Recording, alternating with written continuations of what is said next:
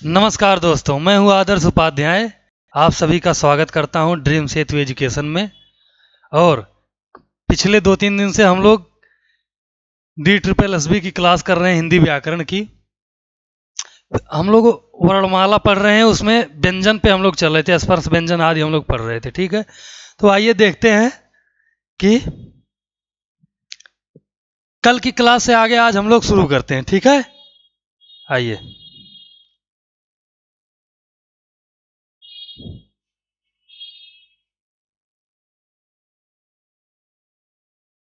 चलिए,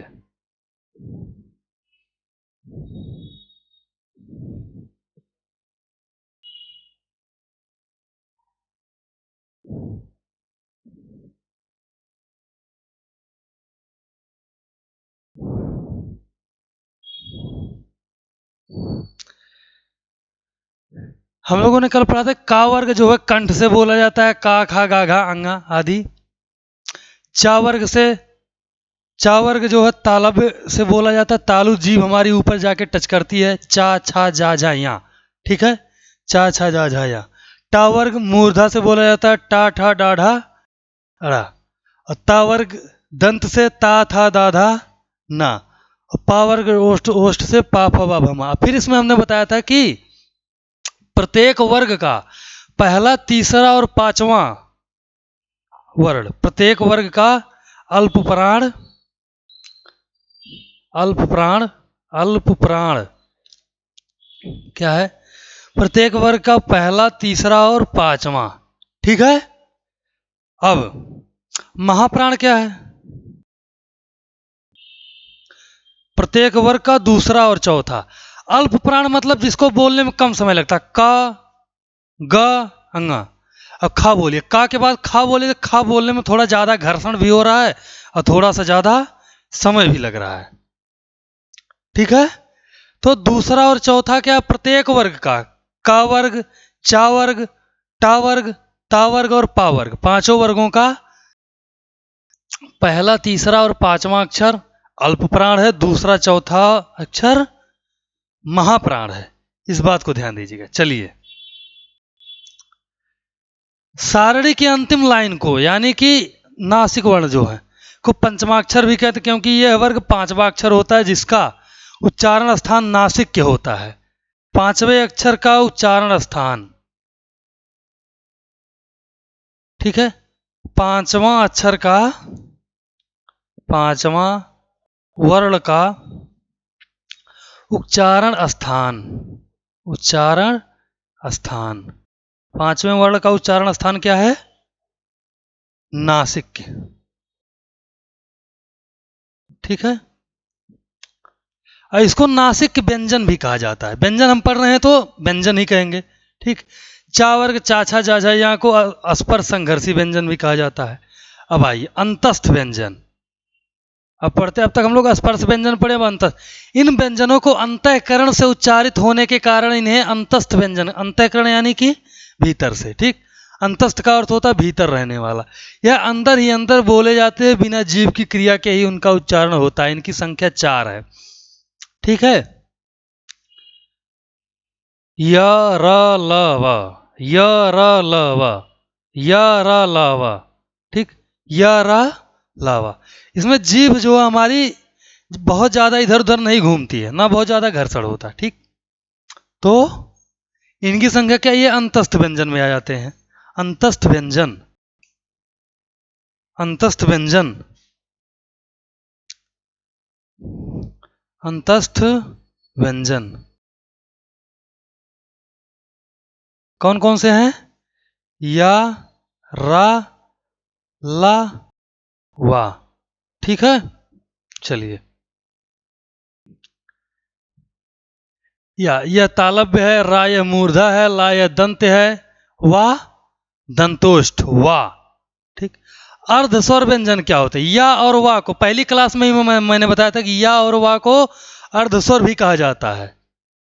अर्ध स्वर, अर्ध स्वर, या और वा। अब इनको अर्ध स्वर क्यों कहते हैं, इनका उच्चारण जो है स्वर और व्यंजन के बीच में ही हो जाता है, य व। ठीक है, चलिए ठीक, चलिए आगे। अब आते हैं हम लोग पार्श्विक व्यंजन पे। इनके उच्चारण में जीभ तालु को स्पर्श करे परंतु बगल से हवा निकल जाए, ला।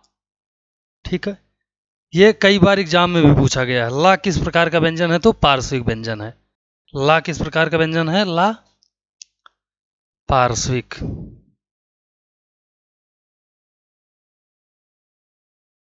ठीक है, चलिए। इनका उच्चारण एक प्रकार की रगड़ या घर्षण से मुख से उष्मा निकलती है, इसलिए उन्हें उष्मा व्यंजन कहते हैं। ये संघर्ष कहते हुए निकलते हैं, करते हुए निकलते हैं, इसीलिए इन्हें संघर्षी व्यंजन की भी संघर्ष कहते हुए नहीं, संघर्ष करते हुए। संघर्ष करते हुए। इनकी कुल संख्या है 4, श श श और हा। ठीक है, इनको हम ऊष्म व्यंजन भी कहते हैं, ऊष्म व्यंजन। ठीक, श, सा, श और हा। ठीक है, चलिए। सड़क वाले सा को कहते हैं दंत सा। ठीक, सलजम वाले शाह को कहते हैं शाह, ये चा की तरह बोले जाए, तालब्य शाह। और फिर शाह, ये मूर्धा शाह है, खष्टी शाह, जिसको षटकोण वाला। फिर हा, यह कंठ। हा, हा बोलिए और का बोलिए, हा का दोनों एक ही तरह लग रहा है, का फिर हा बोलिए, लगभग एक ही तरह सेम लग रहा है। और फिर ता बोलिए और फिर सड़क बोलिए, सड़क वाला सा। ता और सा सेम लग रहे हैं ना दंत से। और फिर ये शाह बोलिए, सलजम वाला शाह। अच्छा बोलिए, शाह चा, दोनों का उच्चारण स्थान सेम है, तो ये है तालब्य। और फिर षटकोण वाला शाह, जीभ एकदम पूरा नीचे घूम जाती है, शाह। और टा बोलिए, जैसे टा बोलते वैसे इस वाले सा में जीभ हमारी पूरा घूम जाती, तो ये है मूर्धा से। ठीक, हा का बता ही दिया मैंने, कंठ से। हा का लगभग सेम है, थोड़ा सा अंतर रहता है बस। चलिए, समझ में आ रहा ना? ठीक है, जिसको समझ में ना आए कमेंट के माध्यम से जरूर पूछिए। ठीक, सा सा सा, इन तीनों के प्रयोग में बहुत भ्रम होता है। भ्रम सबसे ज्यादा कहाँ होता है? हमारे अवध क्षेत्र में। हम लोग तीनों को एक साथ ही लपेटते हैं। दिल्ली वाले बोलते हैं शाम हो गई, हमारे यहाँ बोला जाता शाम हो गई। ठीक, जब किसी शब्द में ये तीनों शाशा आते तो इनका प्रयोग हम इसी क्रम में करते हैं, शा शा सा, शा सा शा। जैसे शासन, शासक, प्रशंसा, नृशंस, शोषण, शीर्षक, शेष, विशेष आदि।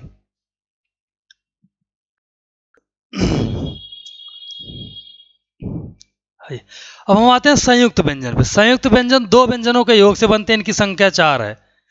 का, छ, त्रा, ज्ञा और श्रा, कल मैंने जो बताया था।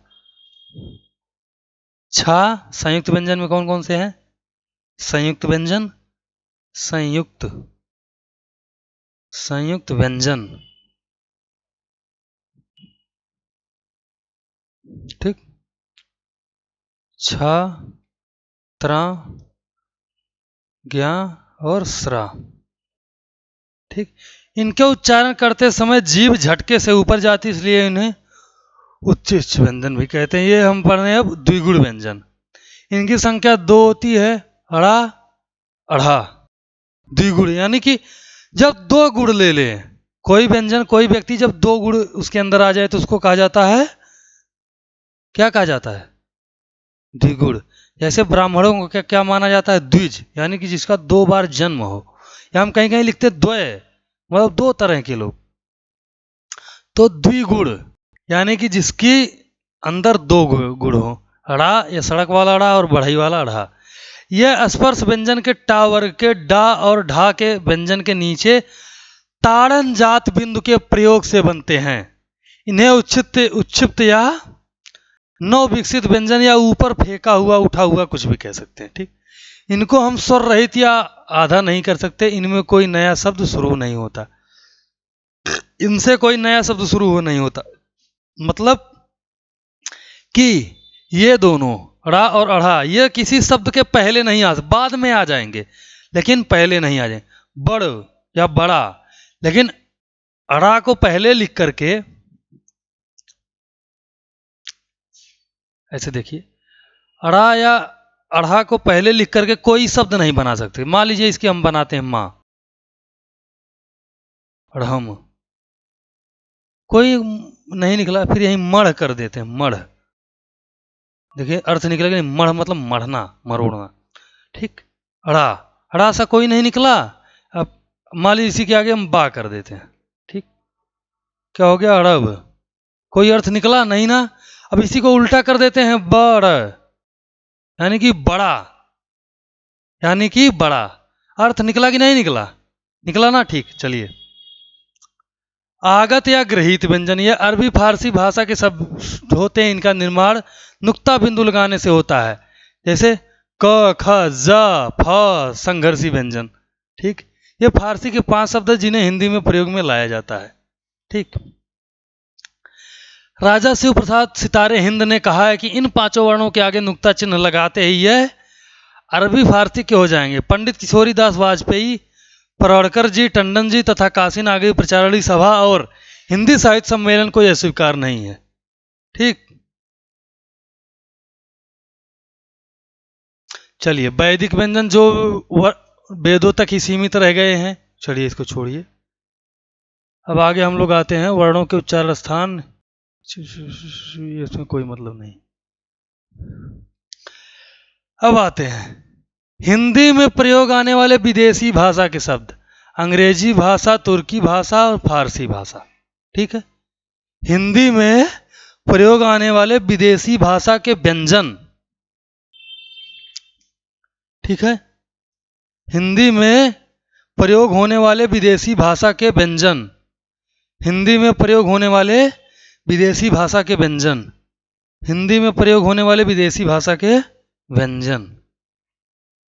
ठीक, अंग्रेजी भाषा से आ आया है। ठीक, आ, अंग्रेजी भाषा से क्या आया है, आ आया है। जैसे आयुष, वीडियो ब्लर हो रही है हल्की हल्की, एक बार देख चेक कर लेना अपने हिसाब से, देखना। ठीक है, जैसे हम लिखते हैं ऑनेस्ट, ऑनेस्ट या ऑनर, तो ये अंग्रेजी भाषा का शब्द है। आ के ऊपर अर्धचंद्रकार बिंदु जो हम लगाते हैं तो क्या होता है, ये अंग्रेजी भाषा का शब्द है। तुर्की से हम लोग लाए हैं अड़ा, अढ़ा। ठीक, फारसी भाषा का है वही नुक्ता बिंदु वाली, यानी का के नीचे बिंदी लगा देना है, खा के नीचे बिंदी लगा देना है, गा के नीचे बिंदी लगा देना है, जा के नीचे बिंदी लगा देना है, फा के नीचे बिंदी लगा देना है। ठीक है, जा, ये है जा। ठीक, जैसे हम लोग लिखते हैं खुदा, खुदा। ठीक, गम। ठीक, आजकल गम तो बहुत ज्यादा प्रचलित, हर कोई गम में ही है, किसी की छोड़ के चली गई है, किसी की बात नहीं कर रही है, कोई मना रहा है, मान जाओ मान जाओ मान जाओ बाबू मान जाओ, है। और लड़के अब नया ढर्रा अपना रहे हैं पटाने का। क्या करते हैं, पढ़ाई में मदद करते हैं कि आपको नोट्स देंगे, हर चीज करेंगे कि पढ़िए, और लड़की को लगेगा वाह मेरा कितना केयर करता, oh my god he made for me. अरे बकलोलिया, 1 साल रुक, he will become Hemraj for you. इसलिए लड़कों के चक्कर में नहीं पड़ना है। ठीक है, एक वो भोजपुरी में गाना है ना कि मेरा मर्द माना किया है, लड़कों के चक्कर में ना पड़ना है। चलिए,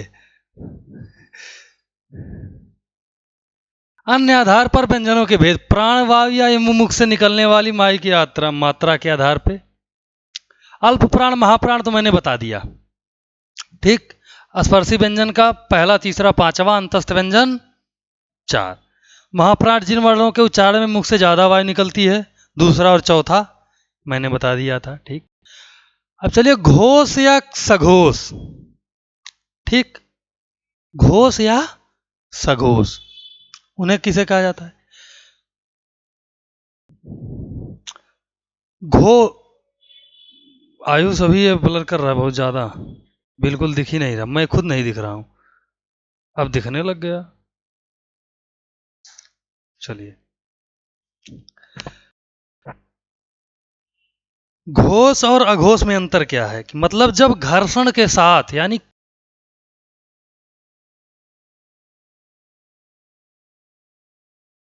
अब सही हुआ,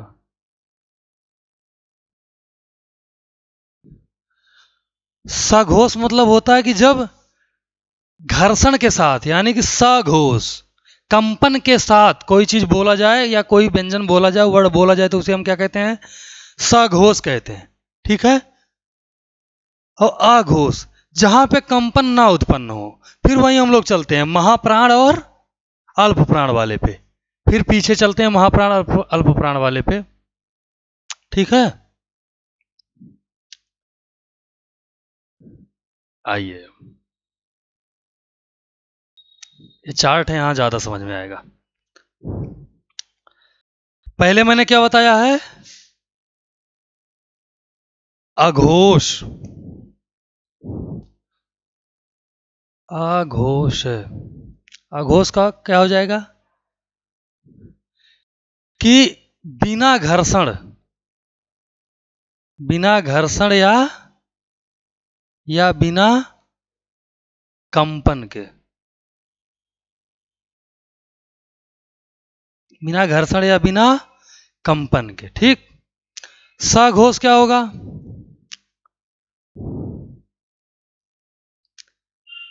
घर्षण और कंपन के साथ, घर्षण और कंपन के साथ, कंपन के साथ, ठीक है, घर्षण या कंपन के साथ। अब मैंने बताया है कि जहां पे घर्षण उत्पन्न ना हो उसको हम आघोष कहते हैं, जहां पे घर्षण उत्पन्न हो जाए वहां साघोष हो जाएगा। तो जब हम का बोलते हैं, का, खा, च, छ, टा, ठा, ता, था, पा, फा, इसमें घर्षण उत्पन्न नहीं होता। आप बोलिए क, ख, ग, जैसे गा पे आएंगे तुरंत घर्षण उत्पन्न होता है, तुरंत क्या होता है? घर्षण उत्पन्न होता है। फिर घा पे जाएंगे तो ज्यादा और ज्यादा घर्षण, यानी कि प्रत्येक वर्ग का पहला और दूसरा वर्ण क्या है? प्रत्येक वर्ण का पहला और दूसरा वर्ण क्या है? अघोष है। क्या है? ये क्या है? अघोष। रुकिए,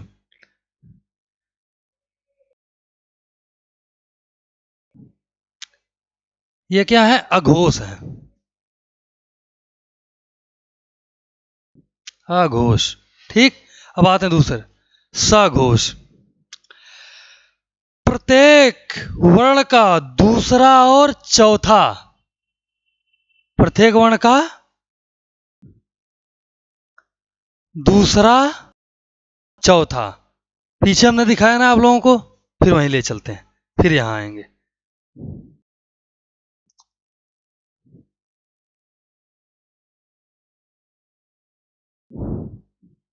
कहां गया? तीसरा, चौथा और पांचवा, इनकी संख्या कुल क्या हो जाएगी? 11।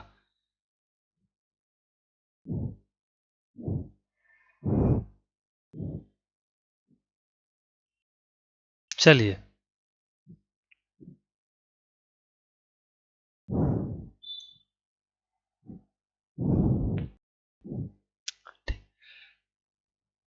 ये है अघोष, पहला और दूसरा अघोष लिखा हुआ है, देखो ध्यान नहीं दिया हम लोग उस टाइम।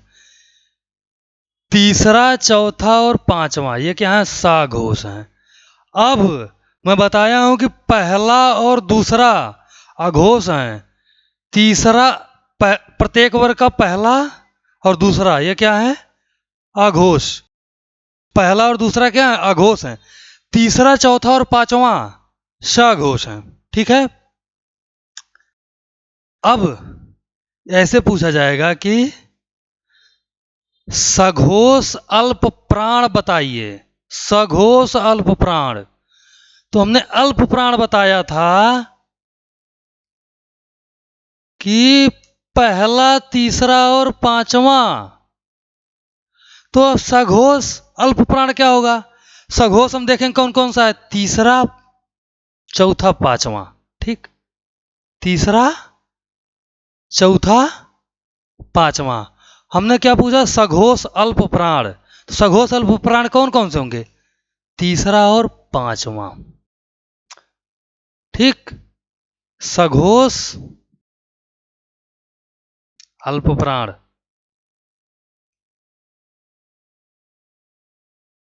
तीसरा और प्रत्येक वर्ग का तीसरा और पांचवा। ठीक। सघोष अल्प प्राण। ठीक। सघोष महाप्राण तो चौथा, प्रत्येक वर्ग का चौथा। अब अघोष अल्प प्राण पहला और अघोष महाप्राण दूसरा। समझ में आया? एनी डाउट किसी को? मैंने बताया कि अघोष पहला और दूसरा है। ठीक। सघोष तीसरा, चौथा, पांचवा। अब मान लीजिए पूछ लिया एग्जाम में कि सघोष अल्प प्राण बताइए। तो सघोष यानी कि जिसमें घोष के साथ भी बताना है, घर्षण के साथ वाला अक्षर हमको बताना है, और जो अल्प प्राण भी हो। तो तीसरा या पांचवा, ये तीसरे पांचवें अक्षर में से कोई एक हो सकता है। ठीक है। और सघोष महाप्राण पूछ ले तो चौथा। ठीक। अघोष महाप्राण पूछ ले दूसरा, और अघोष अल्प प्राण पूछ ले तो पहला। एनी डाउट किसी को? नहीं ना? चलिए।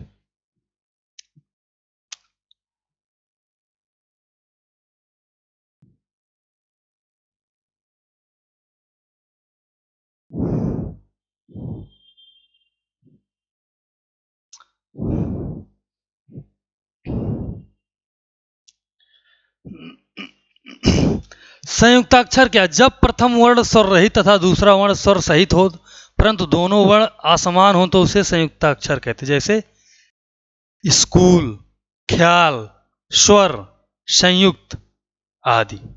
ठीक। द्वित्व ध्वनियां, जब प्रथम वर्ण स्वर रहित तथा दूसरा वर्ण स्वर सहित हो, परंतु दोनों वर्ण समान हो, उसे द्वित्व ध्वनियां कहते हैं। जैसे दिल्ली,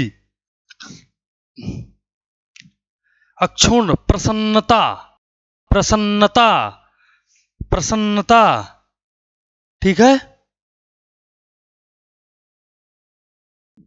यार बार बार ये ब्लर क्यों कर रहा है आज? क्या हो गया इस व्याकरण वाली क्लास में? हो गया, सही हो गया। कौन सा वाला? अच्छा, हाँ हाँ, ठीक है।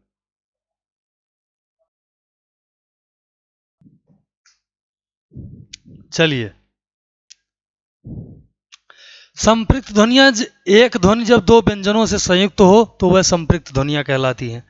ठीक है। संपृक्त ध्वनियां क्या है? एक ध्वनि जब दो व्यंजनों से युक्त हो तो वह संपृक्त ध्वनियां कहलाती हैं। जैसे संबल, सा और बा। ठीक। कि मध्य मां ध्वनि संयुक्त हुई है, कंबल, उत्पन्न। जब एक एक ध्वनि जब दो व्यंजनों से संयुक्त हो, यानी कि बीच में जो मां है वो संपृक्त ध्वनि है। बीच में जो मां है वो क्या है? संपृक्त ध्वनि है।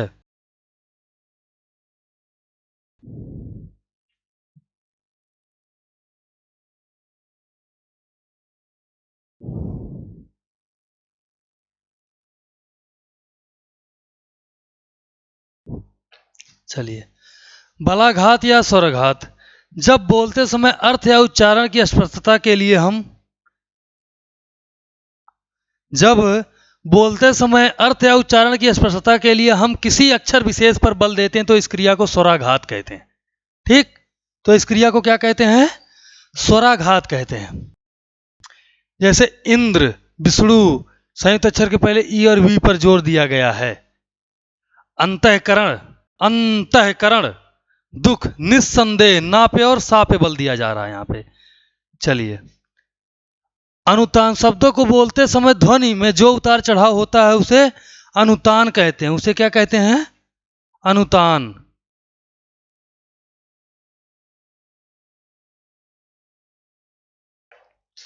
ठीक। आकारांत, आ से अंत होने वाले शब्दों को आकारांत, राम घनश्याम। आकारांत, बड़ा आ से शब्द अंत, इकारांत, ई से ईकारांत। ठीक है, यहां तक आज हो गया। कल हम लोग इसके आगे बढ़ेंगे, तत्सम तद्भव वगैरह करेंगे। आप लोग वीडियो को खूब शेयर कीजिए, लाइक कीजिए और कमेंट में जरूर बताइए कि वीडियो कैसी लगी। ठीक है, बहुत बहुत धन्यवाद।